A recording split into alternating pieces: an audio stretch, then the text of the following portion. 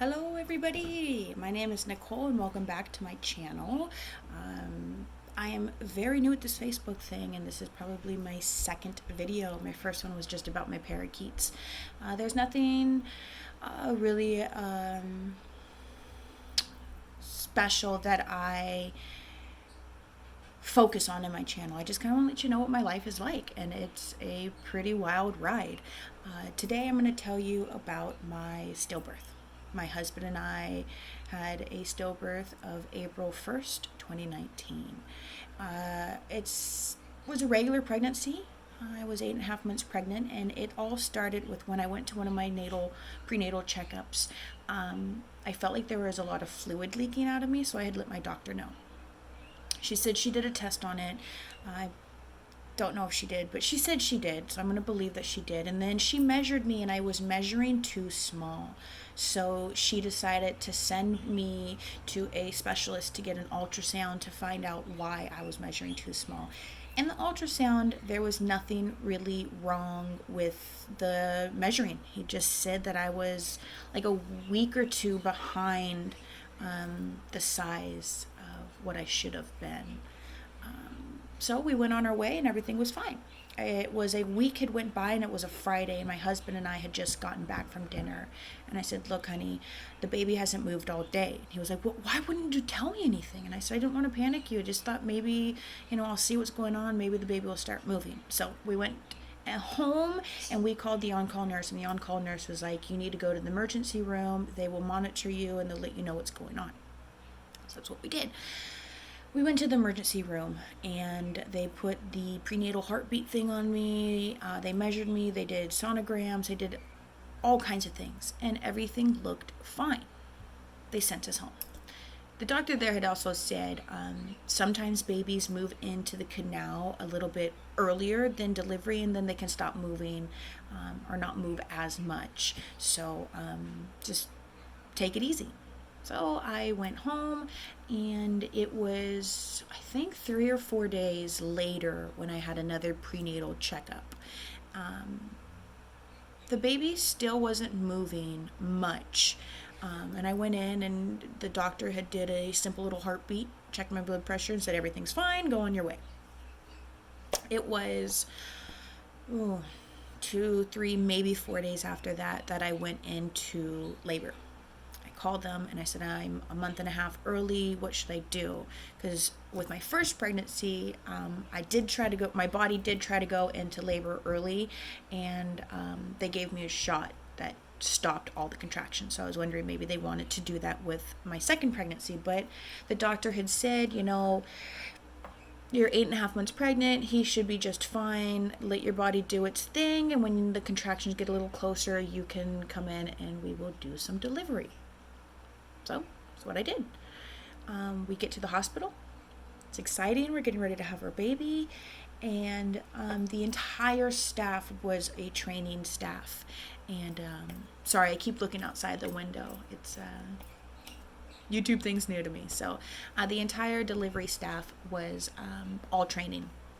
It was first a young male, 20s, maybe, and he couldn't find the heartbeat. My husband and I were like, what's going on? And the nurse had said, sometimes it's hard to find the heartbeat, but everything should be fine. And my husband was like, no, we were in here not even a week ago, and the other nurse put the heart monitor on and it picked it up like that. I said, okay, let me go grab my colleague. Grabbed another trainee nurse, and she also could not find the heartbeat. At this point, my husband and I are panicking, but we're not saying anything to each other yet. So they go and they grab a nurse who has been there for a long time, and that's when she could not find the heartbeat. She said, I need to go grab a doctor. A doctor comes in and sits down on the bed next to me and said, there's no heartbeat. I'm sorry, you lost the baby. He had also said there's no fluid around this baby. So I had lost all of my amniotic fluid. I knew that there was something wrong, and I knew I was leaking, but the doctor didn't say so. Or she said it was okay. Makes me so mad. And we broke down. We started crying. My husband held me like I have never been held before, with such support and love and care and compassion. Um, he must have easily taken 10 years off of his life for being as strong as he was and as supportive as he was. He did not break down crying. He let me break down and cry. He did not break down and cry until we got home and he knew that I was a little more stable. But back to the day of being in the hospital. So they ended up giving me a medication to calm me down. I think it was like Valium or something. I'm not too sure, because I was hysterical. I was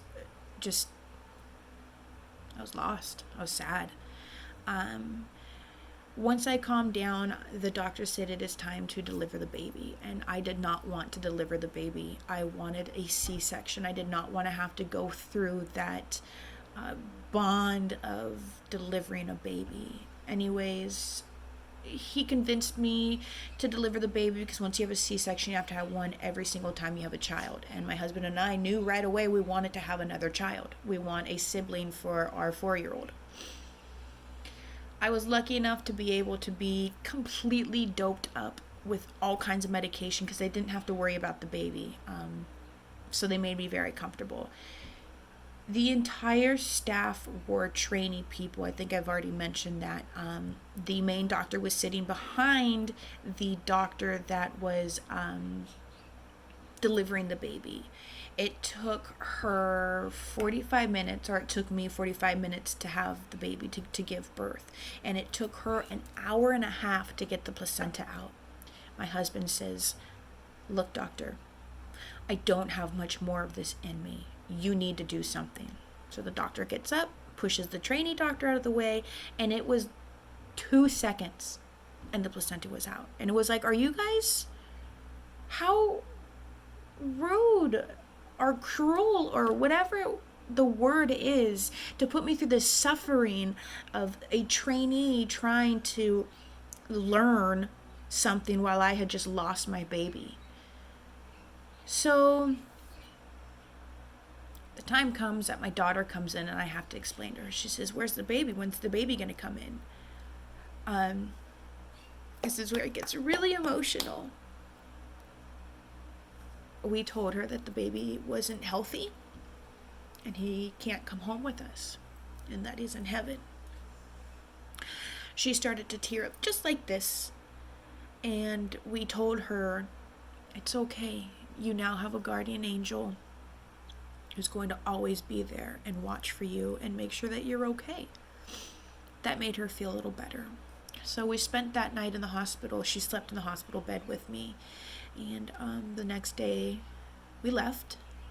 And that was so hard, to leave my baby behind. I didn't want to, but you have to leave a hospital, to go in there and labor and leave without a baby is just heartbreaking. The next 2 weeks were miserable, really. The hardest ever. I cried in the shower. I cried all the time. My husband cried, but we had to stay strong for our little 4-year-old Penelope. We had to stay so strong for her. So we would take turns on who would leave the room to go cry and who would stay with her and help her. But every time I was with my daughter, I loved her so much more because she was a gift given to us that we were able to keep. To lose a life helps you understand what you do have. Days, weeks, and months went by and it got easier. It's still really hard, but I'm able to talk about it now without just tears rolling down my eyes. So, to all those parents out there who have lost a baby, I am truthfully and deeply sorry. I don't know if this video is going to help any other mothers or fathers out there, but this is just my story. This is my story of my life, and I just want to share it with people.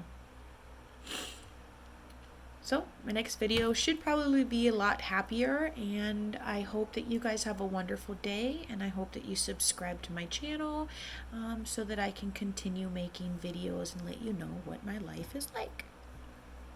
Bye guys.